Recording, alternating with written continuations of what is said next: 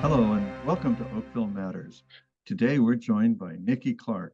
When I met Nikki, she was the region. She was, I think, the regional manager for the Black Chamber of Commerce, and now she's national in the interval. So you're on a meteoric rise, Ms. Clark, and I look forward to sharing with our viewers uh, your exciting news. Well, thank you so much. I'm very humbled and honored to be invited to speak with you today, Mayor Burton. So, yes, a lot has changed over the past few weeks, and I'm really excited about the next steps. So from here to the world, I guess, right? Absolutely. Well, definitely across Canada, we're trying to make an impact. So let's acquaint everybody with the chamber's work. Absolutely. Well, the Canadian Black Chamber of Commerce is a cultural chamber of commerce, and it was officially incorporated August 21st of 2018. So we deem ourselves to be the hub of the Canadian Black business ecosystem that creates value, collaboration, coordination through various means. And we try to facilitate that through a membership drive, as well as some exciting, innovative, free programs under the Elevate Business programs. So now, does this mean that if you're a Black business person, you've got two chambers of commerce potentially to look to for help?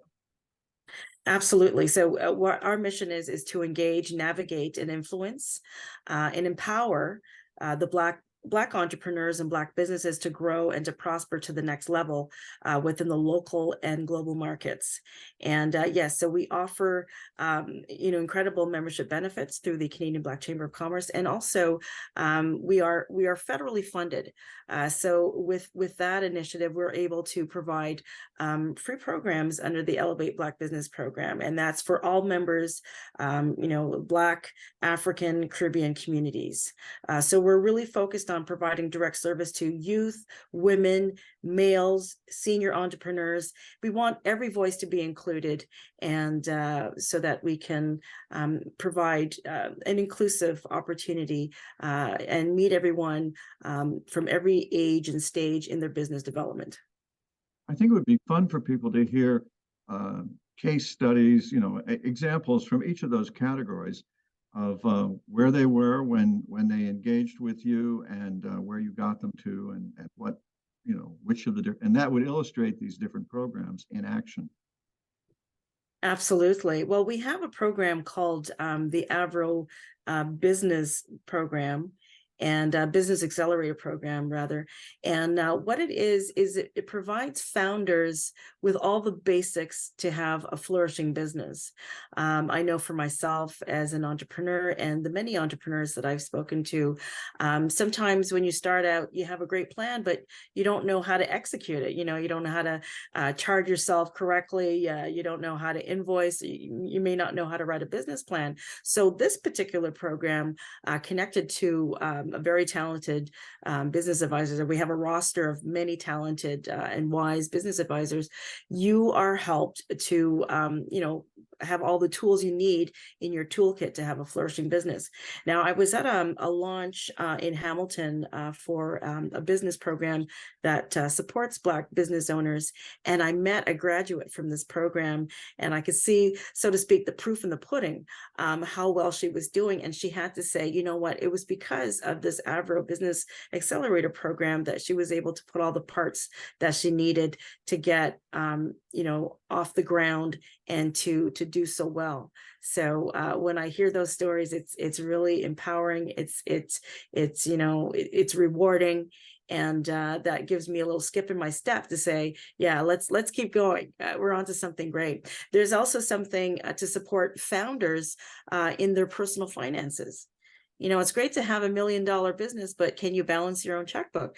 So with the personal, financial business program, founders can connect to a business advisor, and within 90 days, they are assisted in elevating their own personal finances.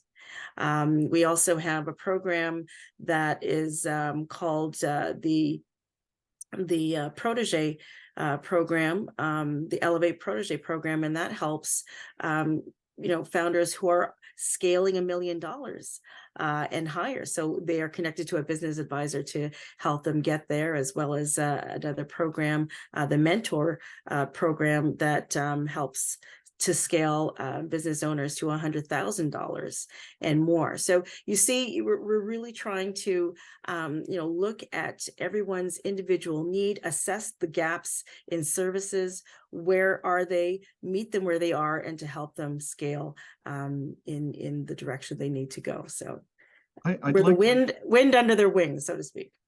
I'd really like to understand the scaling word better. How do you, what does it mean to scale from 100,000 and from 1 million? And does that mean introduce you to a bank or to investors, or anyway, what does it mean? It's a great question. So what that means is, with the business advisor, it's a combination of different efforts. So we help the Black business owner connect to services, support, technical assistance, and specific directions to access capital or needed resources. So it's a combined effort to help them get to where they need to be through these different kind of elements in growing their business.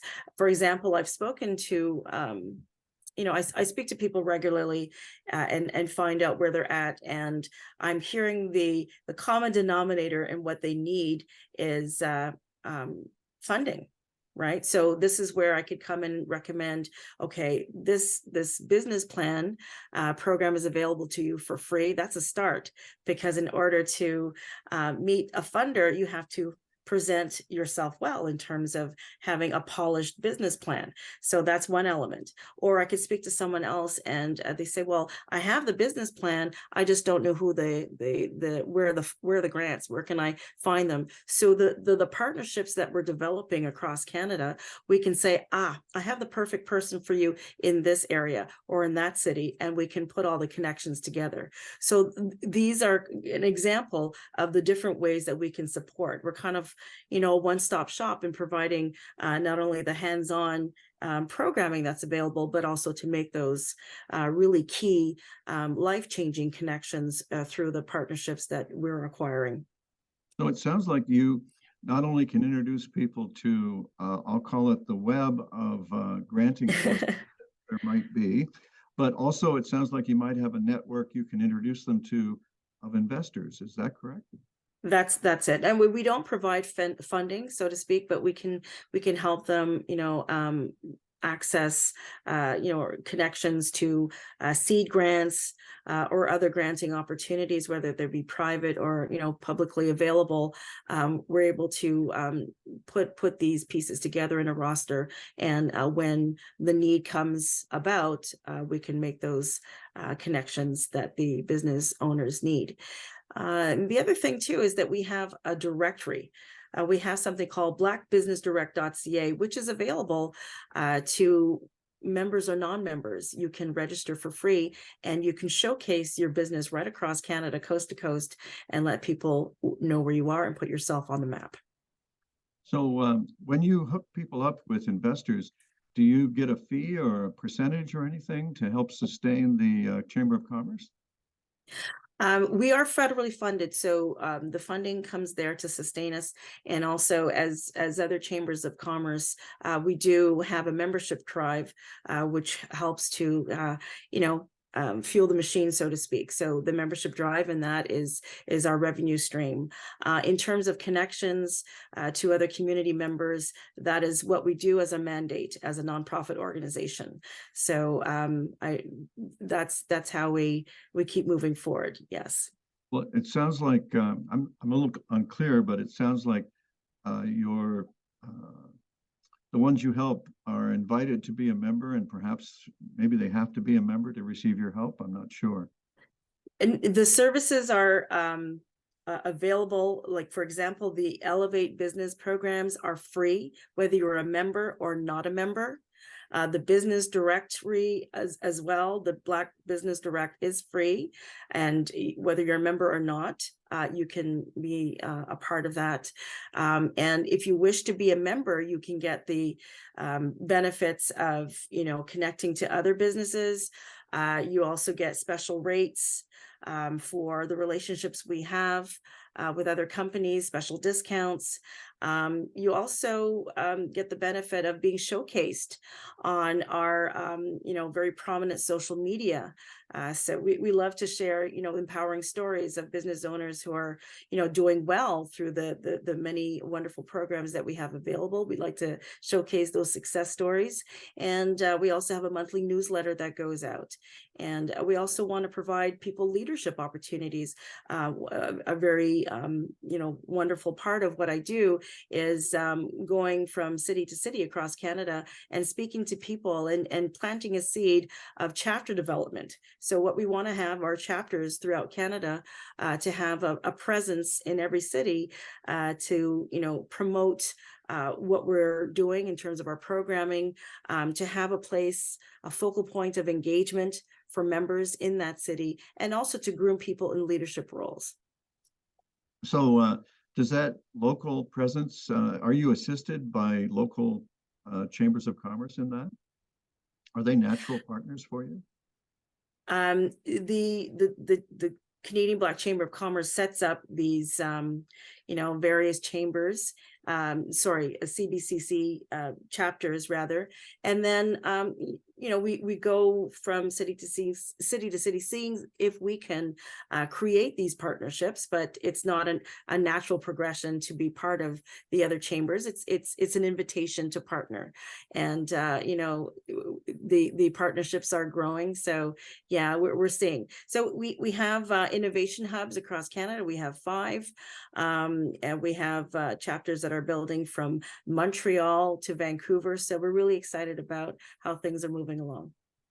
Well, it sounds like the ultimate in free, and that's got to be pretty good for encouraging success with people who are trying to start a business and grow. Well, absolutely. We see enough that is happening in the community. There are a lot of great ideas that haven't come to fruition because of lack of resources, because of barriers. And we as an organization want to see if we can help those business owners overcome those hurdles. And providing them the support, but not just the one-off, okay, here you go, but really creating the relationship to know that we can be an ongoing support for them and to speak and advocate on their behalf so that we can move them forward. So you mentioned the Canadian government started this in 2018, I think, and so it's like 5 years old.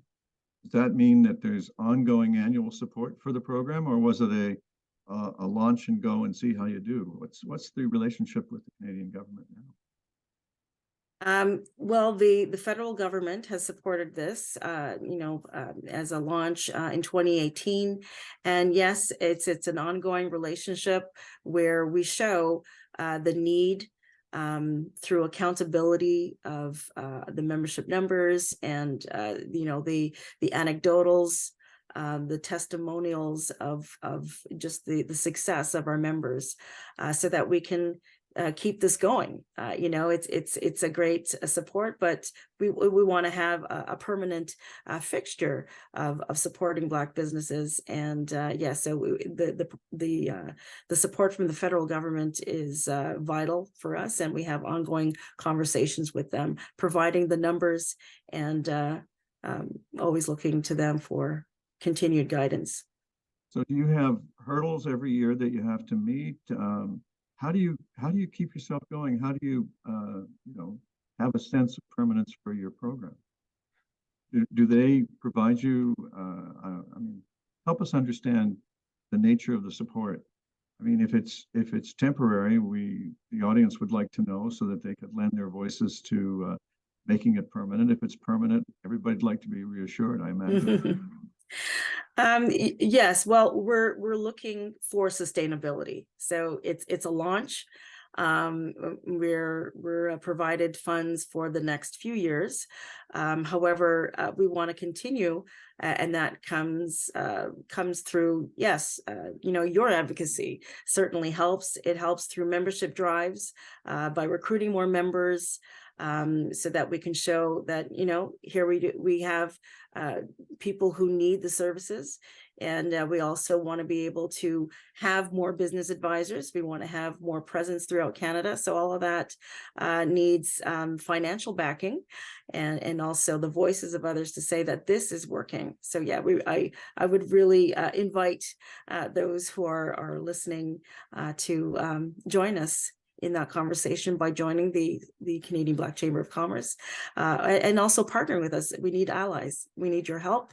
And yeah, so the biggest part of it is knowing where we are and who we are. And I really love this opportunity, Mayor, for allowing me to share what the Canadian Black Chamber does. And yeah, we really appreciate it. How much more support, or how much support do you get, and how much should it be? I guess is the question that we potential allies would need to know. Well, we're in a position where we could really appreciate more in terms of the membership growth. But that comes again with the awareness piece. So if you could lend a hand in sharing this information with others, if you know of a business owner from the Black, the Caribbean, the African community who is at a point of trying to scale locally or globally, share this information. That will certainly help drive membership. And then when it comes to partnerships, we're always looking for partners to help us in terms of having spaces where we could come and visit. We like to have in-person, exchange of ideas and synergies. So if there's a space opportunity, an event venue that you could provide for us, that is always welcomed. And we're also, we realize that, we can't do things in silos. I believe in the power of co. So what that means is cooperation, coordination, and collaboration. So we have some wonderful programs, but we'd like to know what kind of programs are also available out there so we can extend what we have and merge together with other partners. So if you're listening right now and you're an organization and you feel that, this could be a really good tie-in to help support your members, then we'd love to invite that conversation. Okay, to help people understand better, maybe you could describe the biggest success story to date in the last 5 years. Where there've been so many, but I think okay, I'll give you an example. I met this wonderful graduate of the Propel Mastermind program, and that particular program is to assist business owners to scale to $100,000.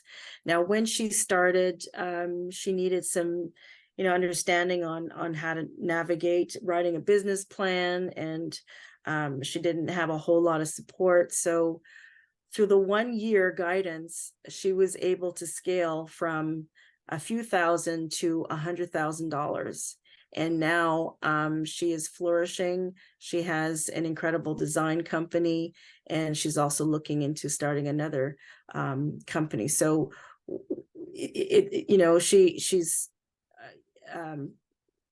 she's just so thrilled that this opportunity came to her at a very timely part of her life when it seemed like there was nowhere to turn.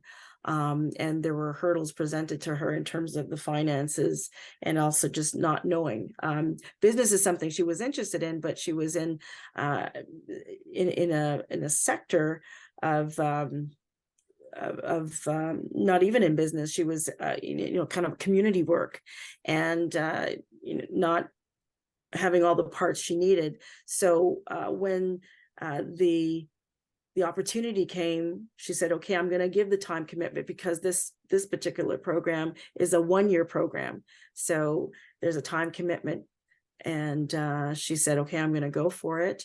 And within the 1 year, she got a one contract that gave her the $100,000. So one energy, one opportunity changed her life around.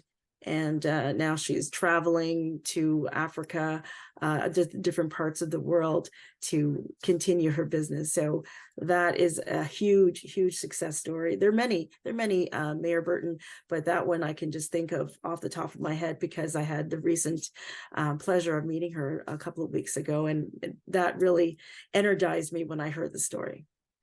Well, as an entrepreneur myself, I think I'm best known for the entrepreneurial adventure called creating YTV, the Children's Television Network. That's huge. I remember a lot of fear as my wife and I decided, oh, we're going to bet the ranch on this. So you must run into that a lot, where people want to get into business but they're afraid of falling or failure.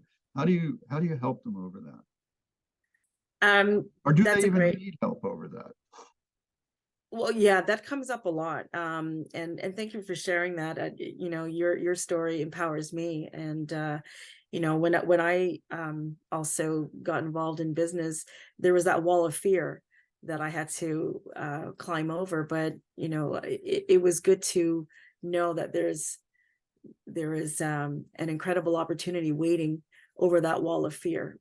But I think that is what stops a lot of people. One, I have to say, people may be fearful of coming to grips with the fact that they are visionaries, one, and also they're truly made to be business owners. You know, everyone has different gifts, but to embrace your true entrepreneur, it takes a bit of courage to say, okay, I'm going to leave, you know, a certain safety in perhaps a 9 to 5, and then venture out into something that they've never done before, or maybe it's so advanced that there aren't even the parts to start, but they know that they have to create it, and that can be very daunting. But you know, from my experience and hearing your experience, Mayor Burton, and the many others, it's like, okay, taking that leap of faith was worth it.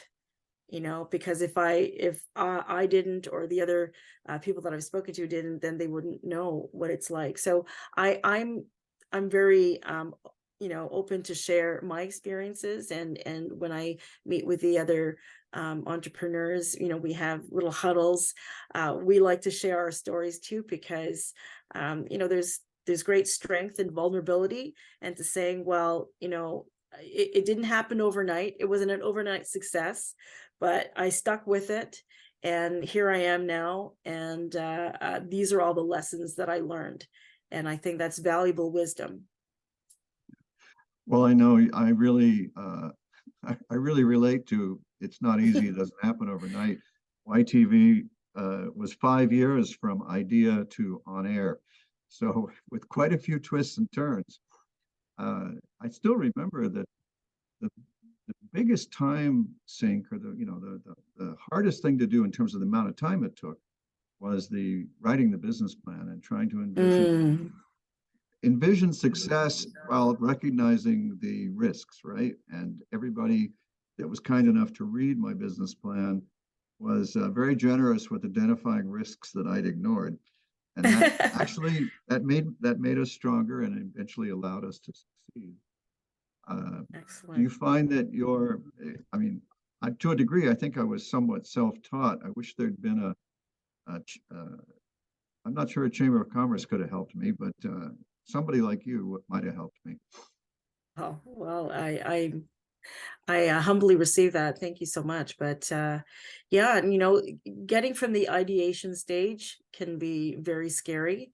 And yeah, and the risks that you mentioned, Mayor, the financial risk, the risk of isolation, because you're doing this on your own. I spoke to an entrepreneur a couple of days ago. I had a tour of his facility in Ottawa, and he says, I had to really humble myself in this journey, because when I made the decision, and he had a very comfortable federal position with the federal government, and he started this, he says, okay, well, I had to exchange my suit to put on my sweatsuit, because now I'm writing a business proposal, I'm dealing with clients, I'm also the janitor, I'm patching holes in the wall, I'm doing this, that, and the other. He says it's very consuming, but at the end of the day, there's a great pride and accomplishment to say, when he invites people in, like he did with me and gave me a tour, he goes, well, you see the floor here, I put that in there.